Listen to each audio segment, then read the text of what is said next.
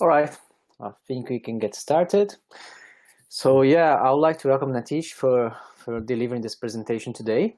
It's another session of ATypI all over.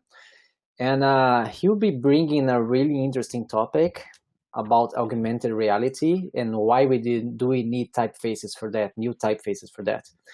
I would say now during COVID times, it's more than ever is important to discuss how do we perceive typography in any kind of on-screen devices or any kind of even different ones like the augmented reality. It is a topic that even myself I've been working with lately. Some of virtual galleries that plus everybody now is kind of trying to go to this new environment. And one of the things that strikes me at most is how badly we do render typography on those devices, and especially this lightly angle that you put in there, how much you compromise legibility. So I think, yeah, definitely is something that this topic is really, really essential for present. And we will be doing the presentation, the video recording as usual. At the end, then we will open it up for questions. The same procedure. If you watched a few other ones before, on the chat on the right, you can make your questions as you go. There's either a chat button, that is the one by default, but there is also one that you can use with the question mark, that you can just make the question straight to us. So that one, if you put in there, you'll be sure that's not gonna get lost on the feed.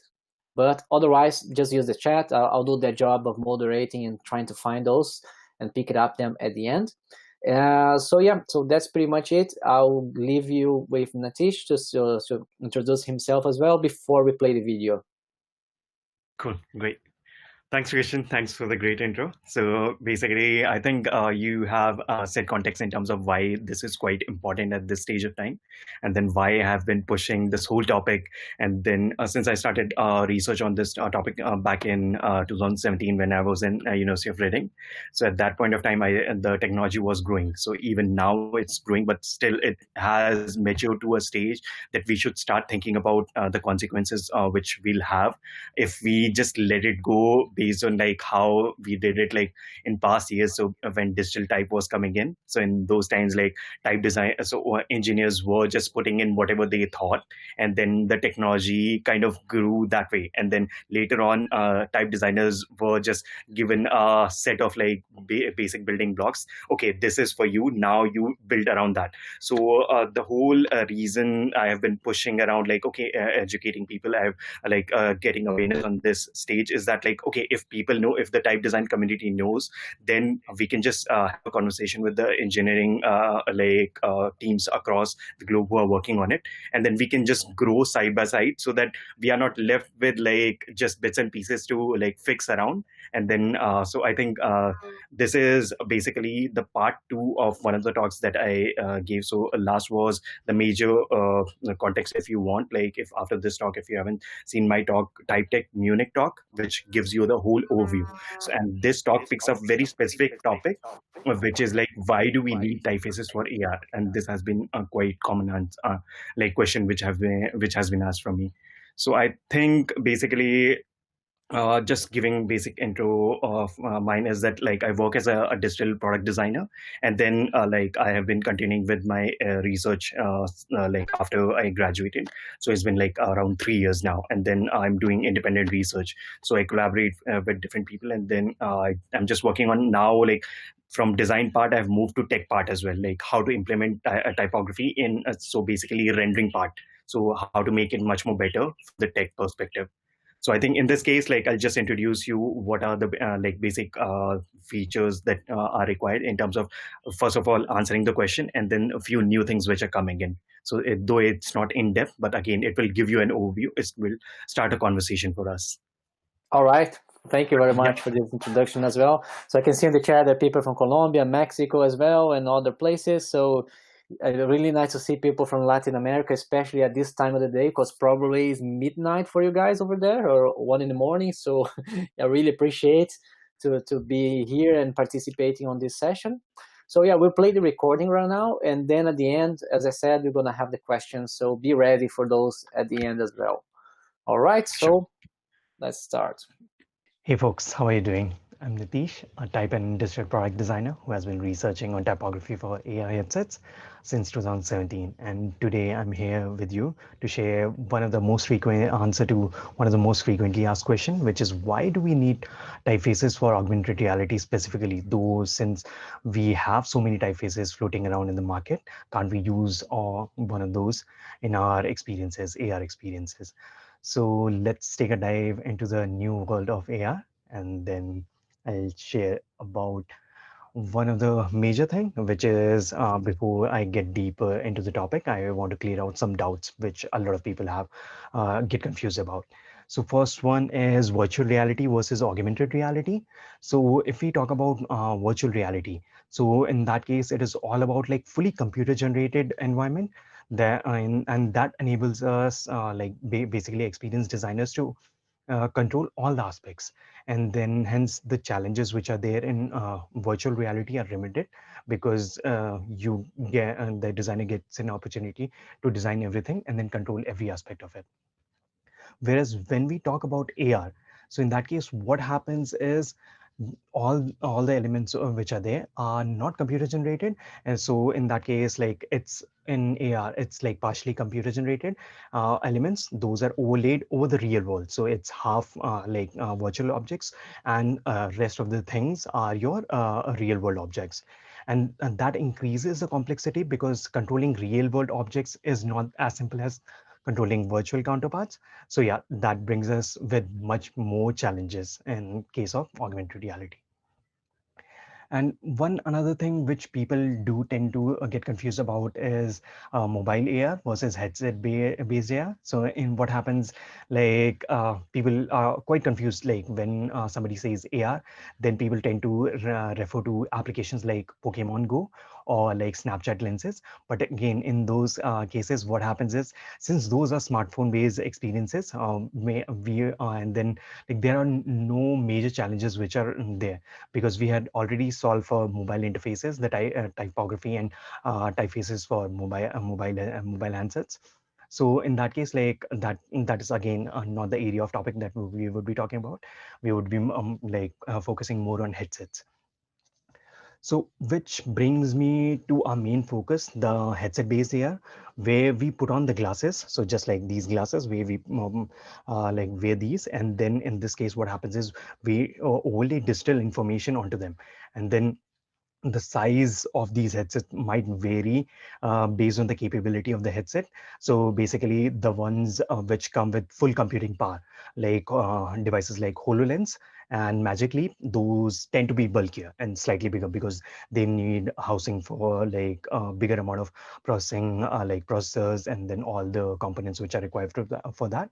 Versus like a slightly scaled down version, which can be similar to, which might look like these glasses, which is like so in the glasses which look similar to this, I can like call those specific brands. So Nreal is providing that, and then another brand which is providing like this scaling glasses is North Focals. So in those cases, what happens is those have limited capability. So basically, and when I say limited capability, that means like the functionality is limited. So basically, those can be used for navigation, basic notifications, or like if I give you an analogy, in that case, like I can compare it to basically all the functionality which you have on Apple iWatch can be translated into your glasses, like those like lower version of glasses.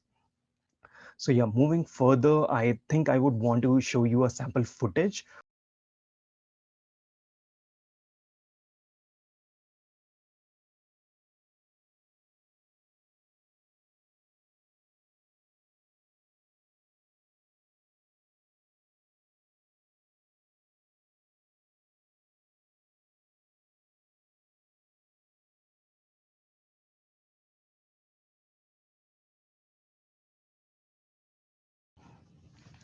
So starting with the first related question to this whole presentation, which is like what has changed in augmented reality.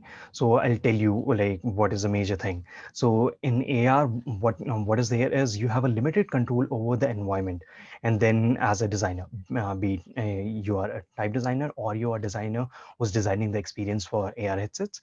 So there is a you can't control all the variables. So In that case, what happens is you have countless number of situations that you have to design for, and then you have to take into consideration. So the major problem comes in your ever-changing backgrounds are a biggest hurdle in that case. So in this case, I can give you an example. So the user might be using the headset along on his workstation, basically right next to his laptop or like desktop or something like that, in the background or something, in some way or the other, and then along with other like busy setup which is there. So or he or she might be using it in front of the sofa, right, sitting in on a sofa.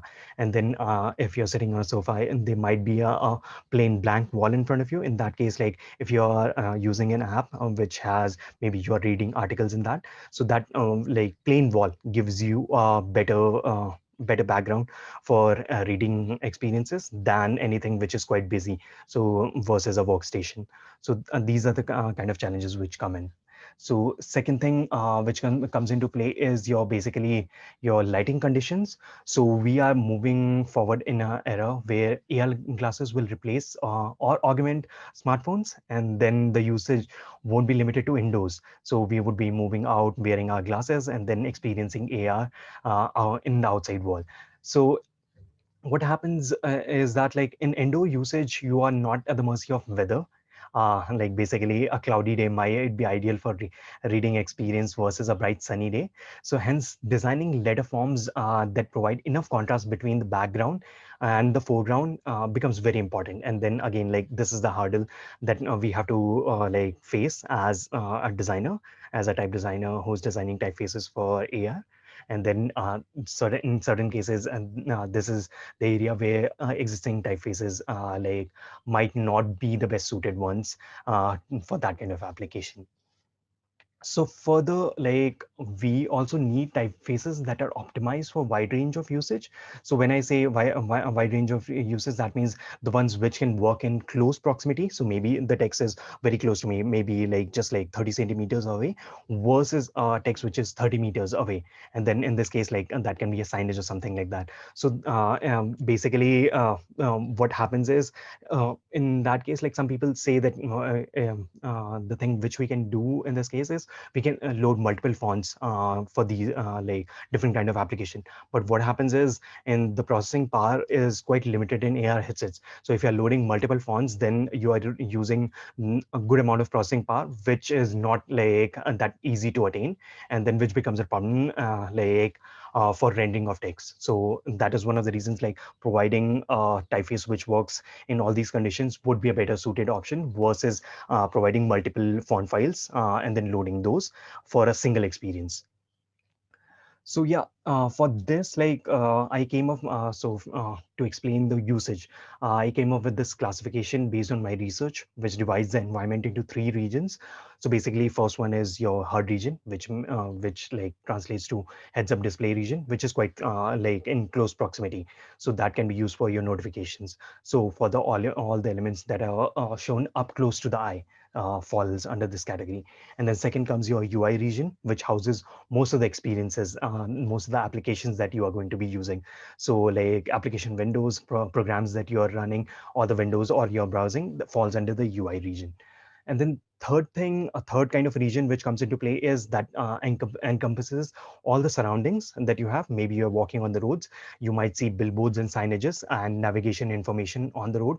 So which might be beyond like 5 meters, like which is beyond, like in this case, like I'm describing 2 meters and beyond. So basically 2 meters to infinity. So that's the kind of space we are talking about. So this is there. This is something of which can be quite helpful for you, and then you can use a QR code, basically to go and check detailed view of this, and then how it works out.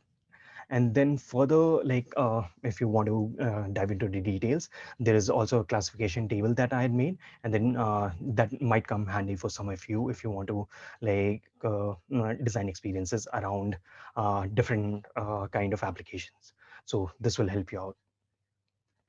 So further, if I move into the major part, now that I've shared the new variables that come with AR, it's time to introduce you to the major challenges which are there in AR, and then which come with AR headsets.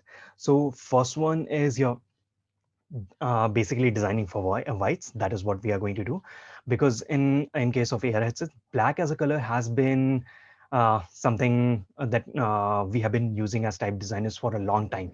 But now with with the evolution of AR headset, slowly we'll have to get accustomed to designing for whites. Why? Because as it is the major color which provides the most contrast between background and foreground, because in AR displays, they work on additive principles, and then in that case, like pure black means all the pixels are off.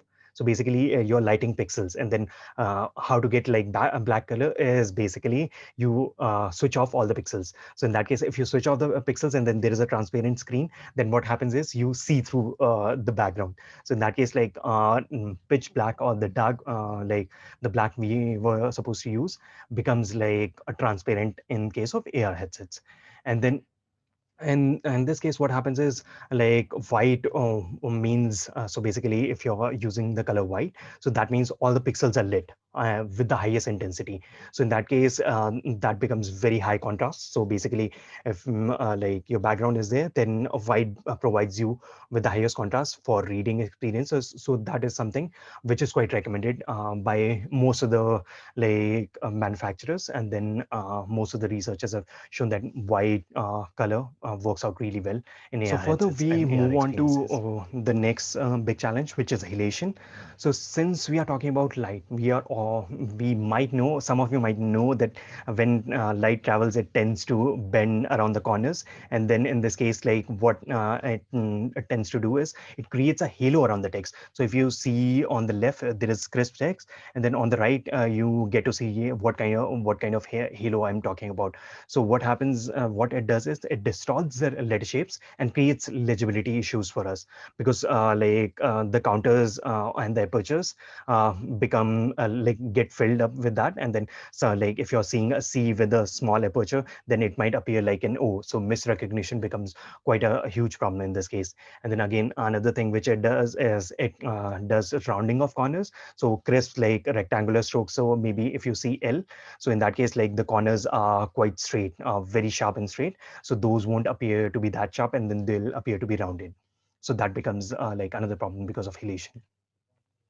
So here, like in this image, you can see like various tests I have been running during my research. So you can see both here. So in this case, you can see two specific things: halation, which is like the halo around the text, and then plus you can see this colored kind of halo also appearing around the text, and then this is called chromatic aberration. So where like blues and reds and yellows appear around the text, and then what they do is there is a color bleed happens like around the strokes. So this also comes into play along with halation.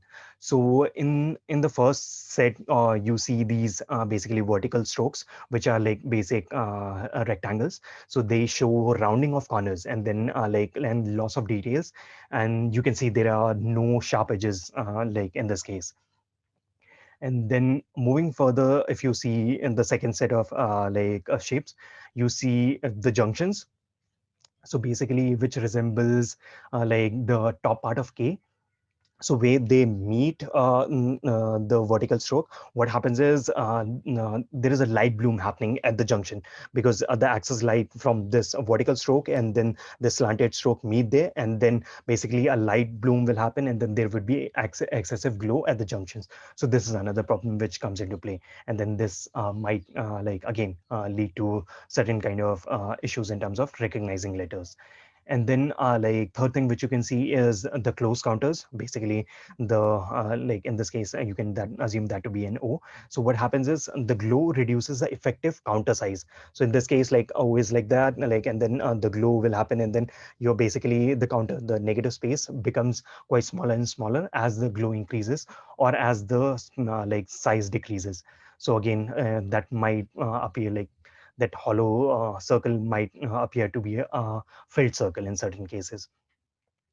And then the last thing which you can see among these shapes is the junctions. So again, like what I found out was like tapered strokes tends to work out well, where like halation comes into play, and then it fills up the negative space. So this is there.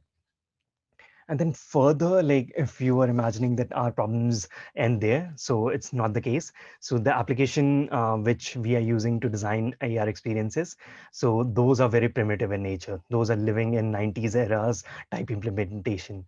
And all that text which is rendered in these applications or the softwares which are used to design AR applications, AR programs, are they render text in form of bitmaps. So that's the way. And then the second way, which is right now slightly more advanced, and then which is being preferred by a lot of designers, is through a technique called sign distance field. So again, which is also which doesn't render the text directly from the vector shape, which we are quite used to doing. So in that case, like what it does is it takes up a specific size of shape, and then it interpolates the size based on the requirements, the size which are being rendered. So again, like just because of that interpolation happening, so you might like expect the text to render like how it appears in the left, but it will render like how it basically appears on the right. So now you see like what problem I was talking about. So basically the text quality gets deteriorated with every step, and then poor rendering method, which I'm talking about right now. And then on top of that, you multiply those with Hellation, lighting conditions, and so on. So what kind of reading experience you are left with? So these are the kind of problems that we have to solve for through our design like intervention. Further, if I move on to another major thing, which is your vibrating text. So I'll show you an example right now.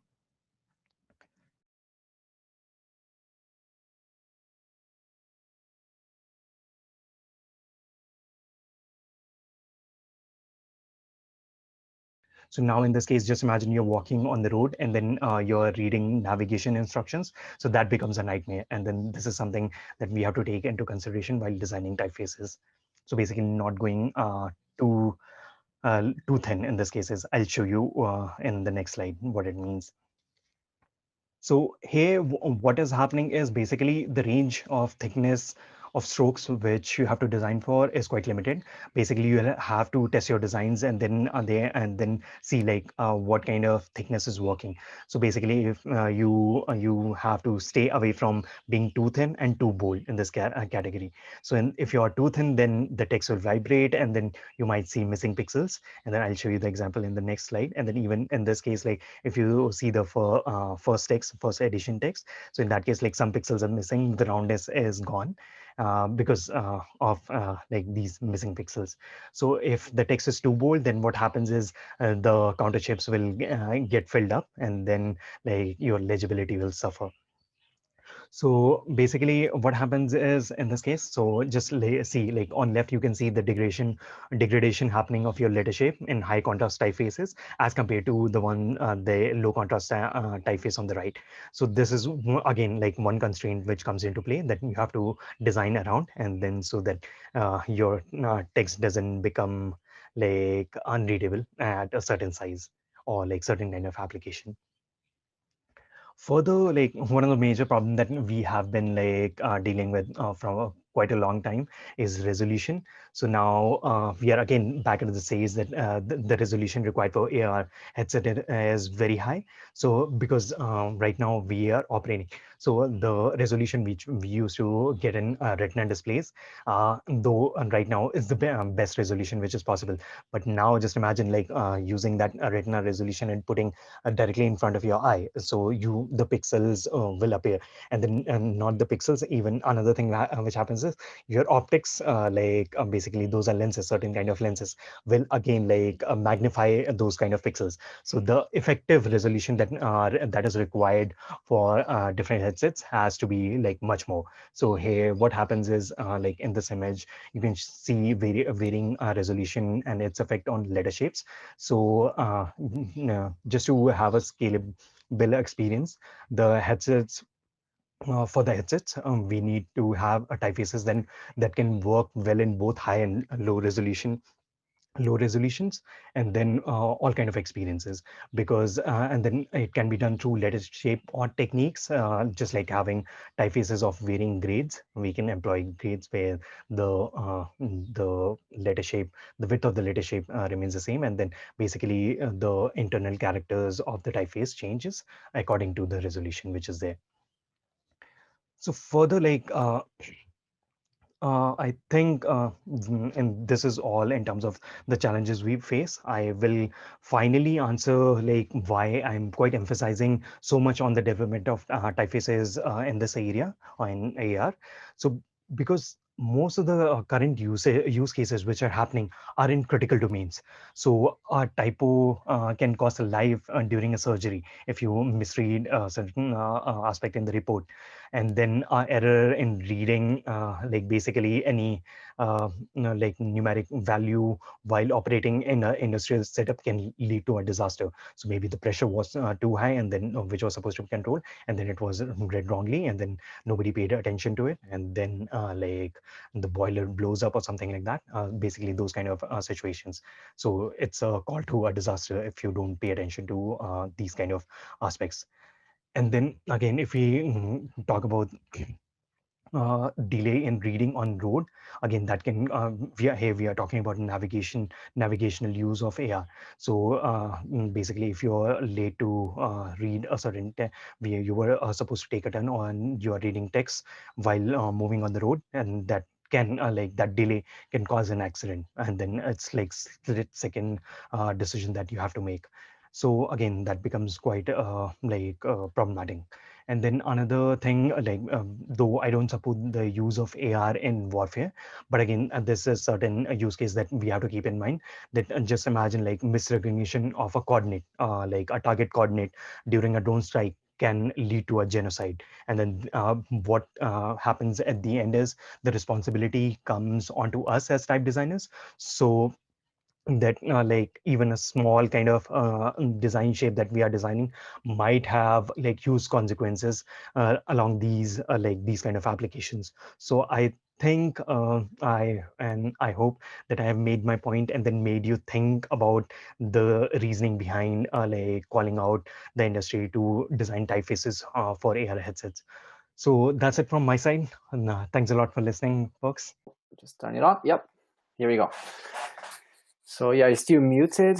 Need to turn on the mic. Probably I did that for you, right? All right, yeah, now you're on. Cool. Thanks. Yeah. Yeah, we're getting really quick on that by being working on this for 2 days. Now in a second, yep, turn it on. Awesome. Yeah, so yeah, again, thank you very much for the presentation. As I said at the beginning, it's a really interesting topic and something that definitely we're going to be, we have to discuss a little bit more in the future, because they are here for good. There's no, we can argue about that. And it was interesting to see the kind of the steps that we have been working on so far. So I would like to start with why people, yeah, we already have one question in there. So yeah, maybe we can start with the one from Ishan, that can have you look at the multi-script typography in AR so far. Okay. Yeah. Hi, Ishan. So basically, yeah, I've been working. So I started the whole project with keeping in mind like multi-script typography. So basically, the typeface which I've been designing already has Devanagari in it. So and this was one of my major thing, like when I was designing, that I wanted to take into consideration like how typefaces should be designed in both cases. So it's not just like even Devanagari, but how letter shape might work in Arabic, and then all the considerations were taken into taken in while designing those shades and while putting in the system together. So in this case, again, I will tell you one of the things which I mentioned was so basically the junctions. So in this case, I so if I can give you an example, quick example. So if you remember, Bell Centennial used to have ink traps. So in this case, like while designing, I came up with this. Okay, this is not a new term, but a made-up term, which is like the light traps. So in this case, just to reduce halation, I have started into introducing light traps into the typefaces, and then that those also translate into different multi-script typography. So in terms of like how the shapes are being designed, how the junctions are being designed for those. Yeah, really interesting. Thank you for that.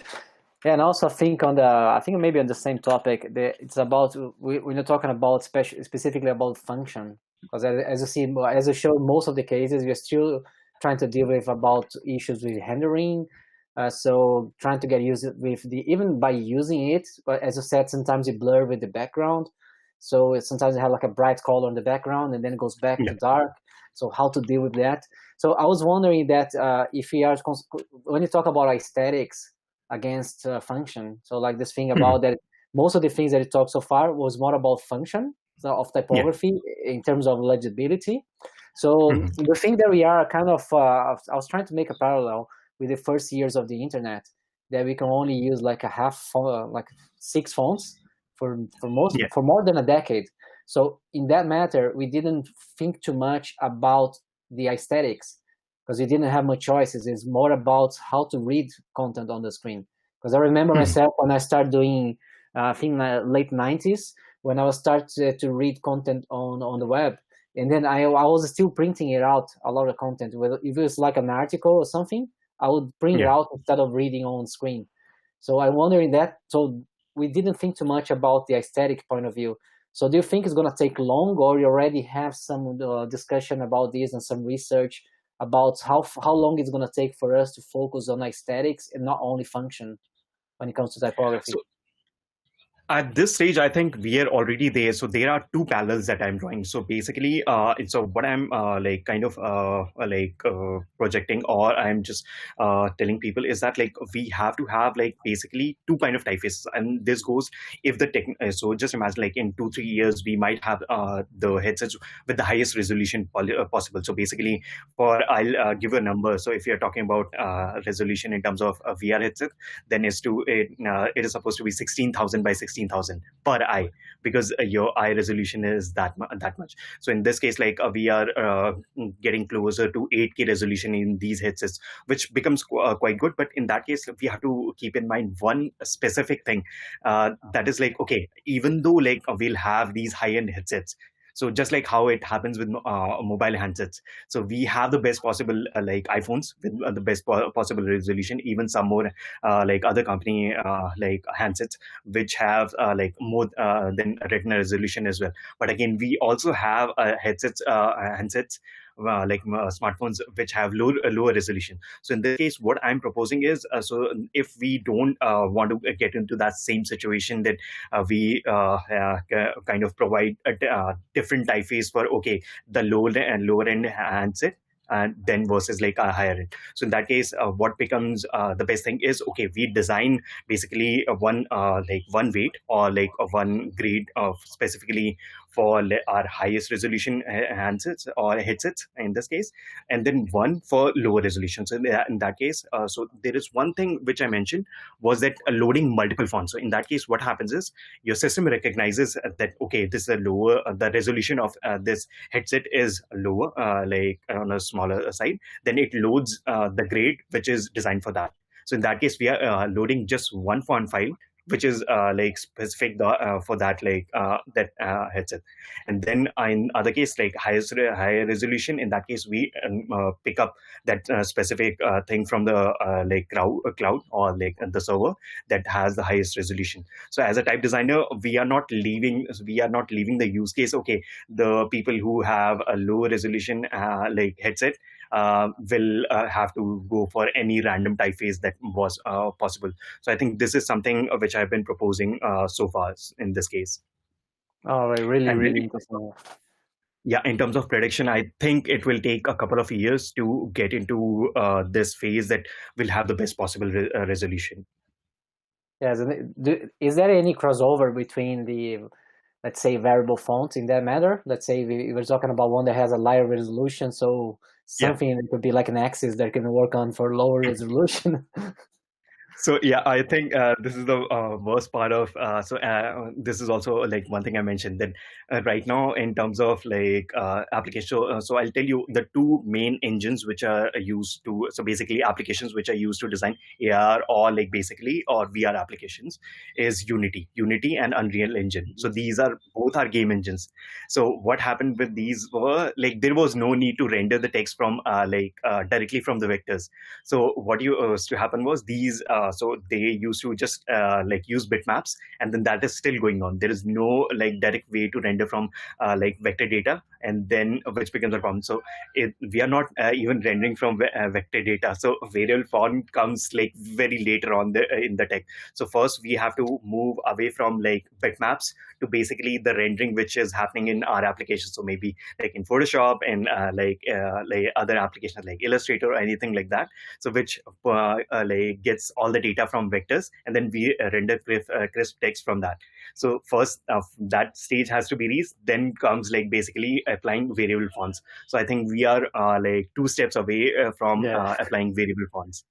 And then though there is a way, so which way those would be Fox variable fonts, where it's just like parametric data. We use the parametric data and then we just interpolate everything. But again, that is so that's a makeshift solution that can be done. But again, we are slightly far away in that case. Yeah. Is there any implications, for instance, when we started to use web fonts, that even the file size has to be like a really small? We have to remove a few glyphs to make it lighter. So then it would be for the rendering to render faster. So it would be something the same case, because I know I did a project in like a virtual gallery. It was actually based on Unity, and then the final resolution could be bigger than 72 dpi's. But they decided to keep that way just because they didn't know how much it was for the other end, for the user. Because the same thing, we are talking about somebody with a really fast internet, but the others they looking at, and they're on mobile on the go. So they were worried about that. So actually they're dropping down the resolution just for the sake of getting more people to. But it's always like, as you say, like it's more like a compromise of actually what you can do, but we don't want to scare people away. So yeah. So in this case, what happens is I'll basically explain how it works. So in this case, so a Unity, how it is doing is, so basically your experience, just imagine your experience is using 12 pixel size for the typeface in that case. Okay. And then it generates basically it generates an image of the letter, which is 12 pixel size.